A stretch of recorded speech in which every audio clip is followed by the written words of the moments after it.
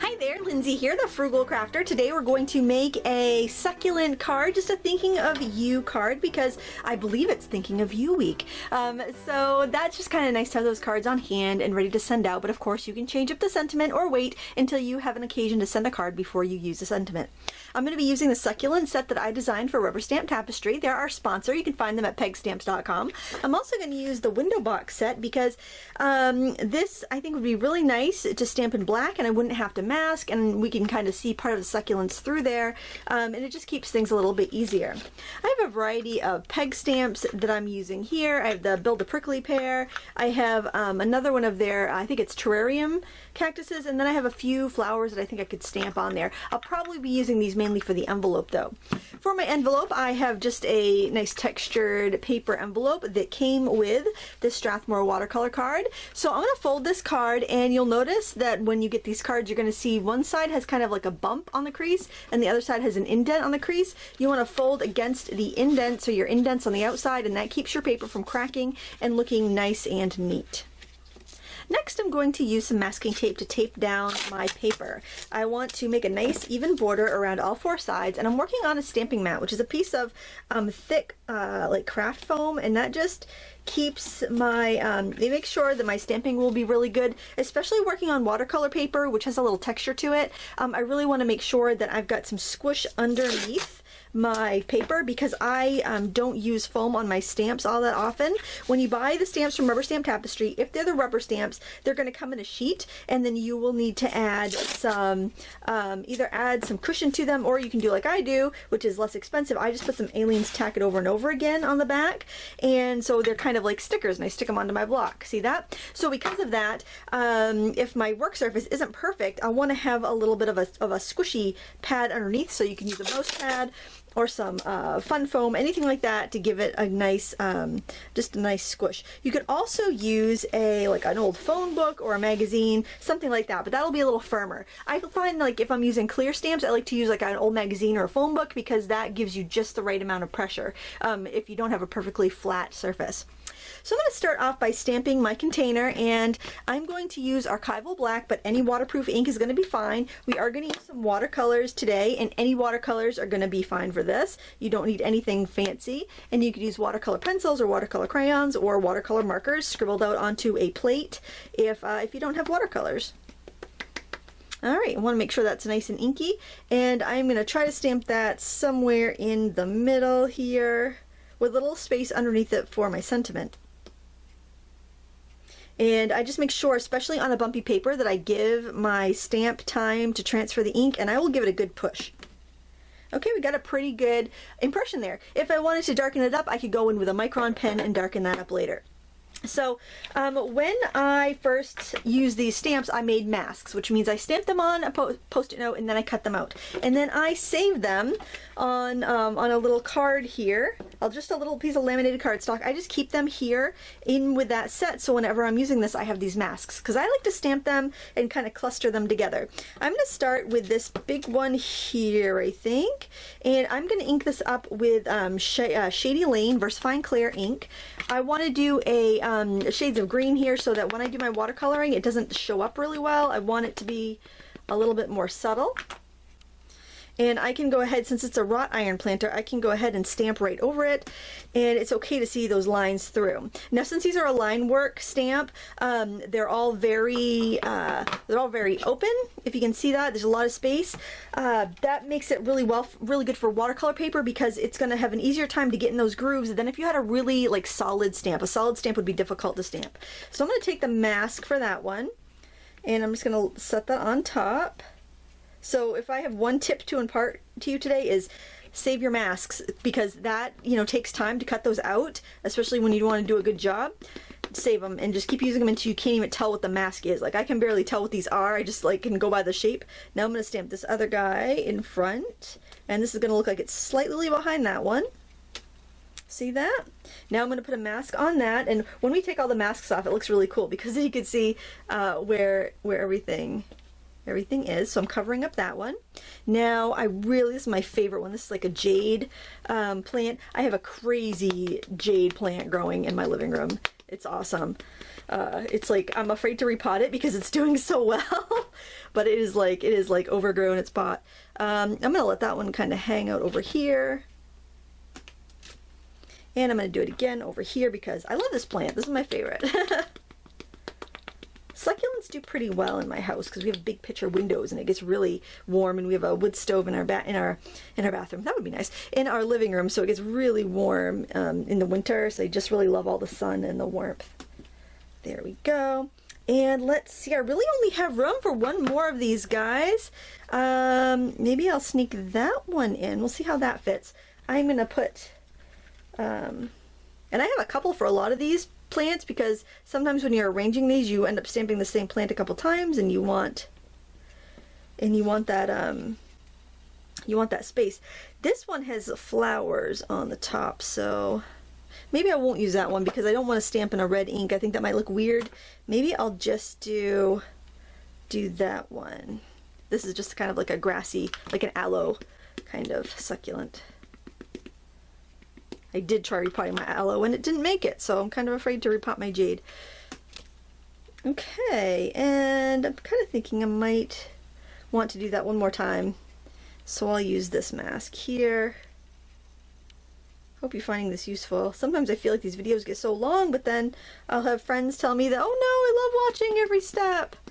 So I guess if it's too long, you can use the little gear on the bottom of the page and you can speed me up. There we go. Now let's remove our masks and see what we have under here, and I'm just going to put them right back on the little storage sheet so that I'll have them for next time. I'll arrange them a little neater before I'm done. And we've got our succulents up here. I'm going to wait to stamp my sentiment down here because I don't want to like smudge it or anything, and we're going to start watercoloring. And I just have a set of inexpensive watercolors and a water brush here that I'm going to use, and I'm going to start off with some brown. And I'm just going to go under my succulents here and put some dirt in. And I think that will look pretty cool. Now, one thing that makes watercolor look really nice is when you vary your colors. So if I've got that brown there, I'm going to go and grab another brown that's a little bit darker and add that in towards the bottom. Hopefully you're not getting a lot of glare there. I'll zoom in a little bit so you can see this closer. Just kind of blend the colors together a little bit. I also like to put some of that darker color underneath the flowers themselves here. The plants, I mean. This kind of gives them a little bit of texture. And then to kind of give it that vermiculite potting soil look, I will do just some little dabs. Black can look pretty harsh, but we did stamp in black, so I think it's fine to use black in this case. I usually don't use it when I'm watercolor painting because I usually don't have like black lines anywhere. But for this, I think it gives you a nice rich dark color that works pretty well. So when you're using your water brush to clean it, all you do is take a cloth or paper towel and you just squeeze it out until the water runs clear. This is really nice if you stamped a bunch of stuff ahead of time and then you maybe want to watch TV and be with your family when you do your coloring. A water brush is such a easy thing to use because then you don't have a lot of messy supplies. So I want to mix a nice color for my cactuses. So I'm going to use some bright green and add a little bit of a milky blue to it so it's not so bright.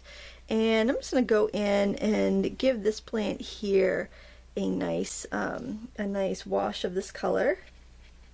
So the VersaFine Clear is a waterproof ink. You could also use Archival comes in a bunch of different colors. I just don't have other colors for Archival other than black or brown.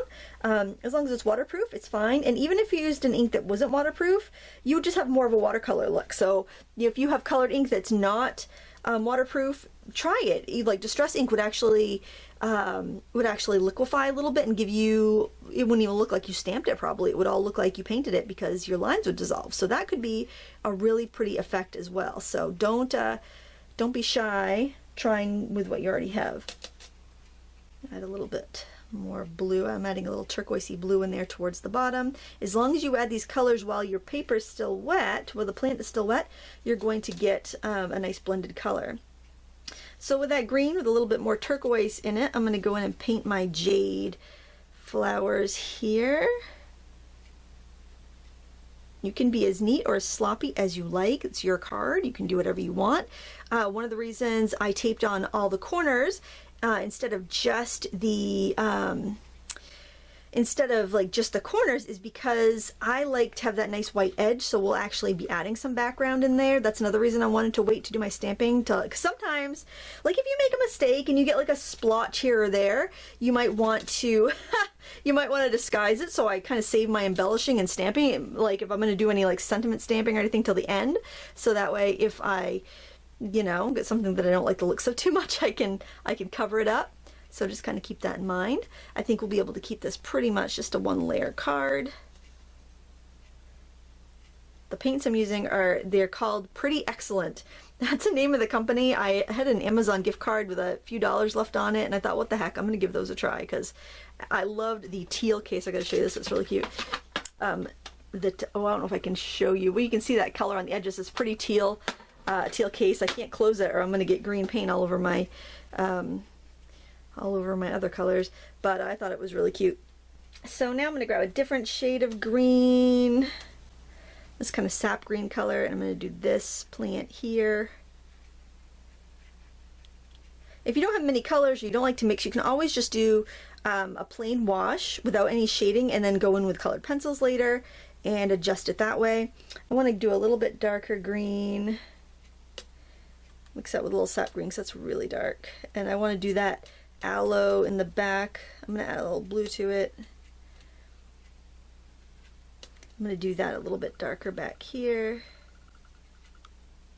So I think as long as you get a variety of greens, it's going to look really pretty. And if you go to the lines, I don't think it's going to be as obvious if you stamped in that like a green ink, because if you stamped in like a black ink or a dark brown, you might really notice it if you went out of the lines, but I don't think it would show up that much being green on green. So if you like, maybe you wanted to fill it in a little bit more, you could always do that. You could always say, I wish I had another little blade of aloe here or another little bump on my jade plant. You could go ahead and add that really easily. And then if you see you've missed any spots, you can go ahead and fill them in.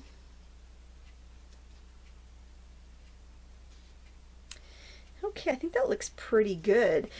So something else you can do, like if you wanted to have some little flowers here, and I don't think any of these plants would flower, you could ink these up with your watercolors and stamp here and there, and I'll show you how to do that on the envelope. But for right now, I just want to get this this finished, and I want to do a background, so I think I'm going to clean my brush off really good. I like to use complementary colors. Complementary colors is a color that's opposite on the color wheel. So if we've got green, the opposite of green would be red, or in this case, this kind of yellowy green would be more of like a pinky red. So let's, the pinky red or purpley red, so let's wet our background and get some of those colors in there. Hopefully I pressed my tape down good enough so the water doesn't seep underneath. And we can go in and get some of these colors in here. Now you just want to be careful if you're painting water right up to something, like I am here with this flower box, make sure your paint is dry.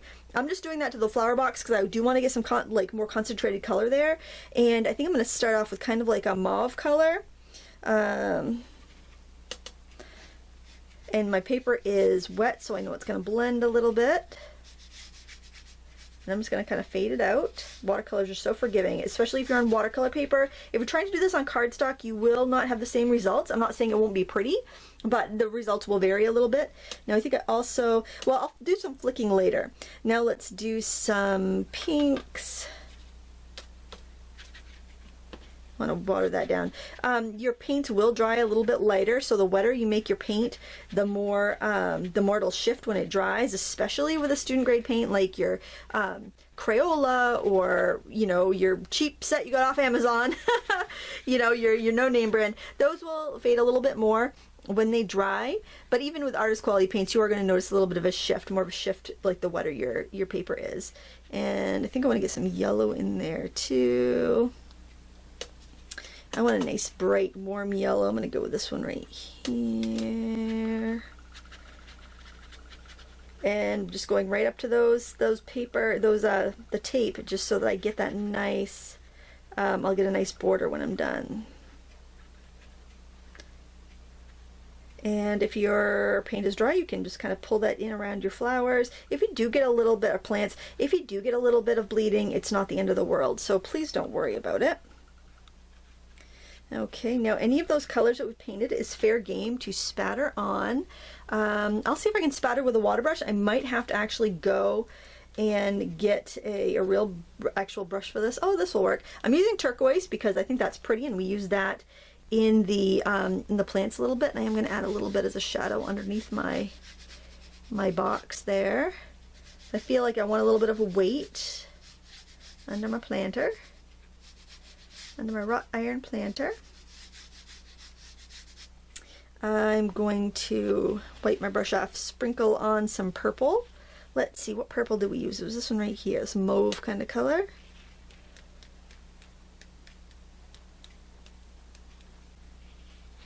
And that purple is kind of the opposite of the yellow, so that will give us a nice complement there. And we'll do that rose color again. You need to have the paint fairly inky for this to work. Okay, so if you wanted to go in anywhere, I'm going to blot my brush a little bit. If you wanted to go add, like, sometimes the tips of these flowers will have a little bit of red. You could go ahead and do that with your paint. You could also do it with a pencil if you are kind of nervous about doing that with a paint. I think just have fun with it, learn what your paints do, and a card is a really non-committal, safe place to do that, because when you're done with it, you can always just mail it off to a friend. You don't have to worry about it being perfect. You don't have to worry about keeping it forever, or if you don't like it, you can throw it away because you haven't really used that many supplies. So now we're going to dry this, and then we'll stamp our sentiment on. Our background's dry, and we can go ahead and stamp our sentiment. So you just want to make sure that you stamp it right side up and not upside down, because otherwise, and if you do stamp it upside down, then you'll need to stamp it onto the piece of paper, cut it out, and put it right side up. Now watch, I'll probably stamp it upside down to prove my point, right? I'm going to try to center that right up underneath my plant pot there. And there we go. I mean, it's not perfectly straight, but I think it's fine. And then to remove your tape, if you feel like your tape is having a hard time to be removed, you can heat it with a heat gun. It helps it a little bit. And you can sometimes save your tape if you're going to be doing a bunch of cards. You can reuse the tape a few times.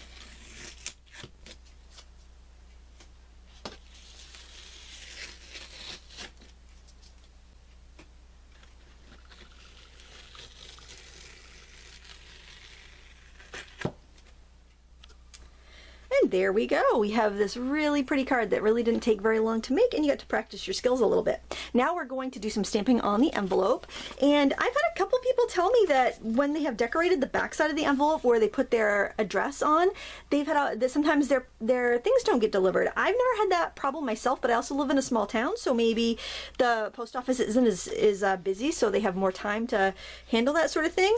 But because of that, I'm actually going to stamp on the side of the envelope with the flap, and I'm going to stamp down here so I don't end up getting the adhesive part wet, because I don't want to like stick my envelope shut. I am going to use a brush and ink and a watercolor to stamp with. So I'm just going to use my water brush here. I'll turn my palette around so maybe you can see that a little bit better. You want to make sure it's not too watery. And the fun thing about this is you can sometimes get a couple stampings from one inking. Okay, and we'll grab another one. And sometimes when you're going to clean these, you might want to use like a toothbrush and water to clean these after you've used watercolor like this, because it will get in the nooks and crannies. When you're using a stamp pad, it doesn't get in the nooks and crannies because your stamp pad just kind of hits the raised areas. So that's just something to consider, to keep in mind when you are using these. And I am varying my ink color a little bit. I have a lot of greens in this set, so I can just go ahead and grab a different one. If you're using fresh paint right out of the tube, you'll probably want to be careful not to have it too wet. It's a little bit easier to use it from a dried pan of color. So if you do have fresh tube paints, you can just squeeze them out, let them dry, and then work from that. It'll be a little bit easier to deal with. I'll do a couple more of these. I really just like the prickly pear, I think. Oh, so cute. I could do one more because I feel like it's too symmetrical. There we go. You know what? I will do this guy because I think this one's kind of fun. I'm going to use a darker green for it though. This one is not so solid, so if it looks too sparse, you can use a wet brush and you can just spread the ink around, the paint around a little bit. Okay. I would let it set up a little bit, then I'm going to the wet brush and I would spread the paint, because if you do it right now, you're just going to get, well, I'll show you. If I do this right now, I'm just going to smear everything and I'm going to lose all that detail. So it just depends on how watercolory you want it to look. I think I'll grab a little bit of yellow ochre and brown, just throw a little bit of like maybe desert sand there. And then grab a little bit of green and put in just a few little, not really grasses, but just kind of like little tumbleweeds. I guess, I don't know. Tumbleweeds have to start something, right? They gotta be growing out of the ground at some point. We get tumbleweed babies or something. And then I want to put some flowers on here, so I thought this one was really cute, this little pom-pom flower. This is from Retro Sundress. And like I've said a million times, I like to mix and match my my peg stamp sets because they're so much better when you use them together. You know, every stamp set you add, it gives you a little bit more versatility. And then I've just got this little one right here. This is actually a little cherry blossom, but I thought I could do that a couple times, maybe with like orange or red on the prickly pear. Now, please excuse me if I'm getting it wrong because I've never been to the desert, so I don't know exactly like how the flowers would be, but I think that just gives it a nice little effect. So now we can see them both together. Here's our envelope. Wouldn't that be fun to get in the mail? And there is our thinking of you card. Such a nice occasion, I think, because, you know, when you don't expect a card, it's the best time to get one. And I will wipe out my palette here just so you can see, because I just thought this was so cute. I couldn't resist. So this is a little 36 half pan set. It was like 20 bucks, and I just thought the color of that was just so cute, and surprisingly they're actually really good quality. So I had a lot of fun playing with those, and I wanted to use them in a project. So there you have it. If you get any water on your envelopes, don't worry. When they dry, they won't be watermarked, and that's all there is to it. I will have all of these supplies linked in the video description. Please visit our sponsor, Rubber Stamp Tapestry. You can find them at pegstamps.com for all of your peg stamp needs and to find all the stamps we used today. Please give me a thumbs up before you go. Thank you so much for watching, and until next time, happy crafting.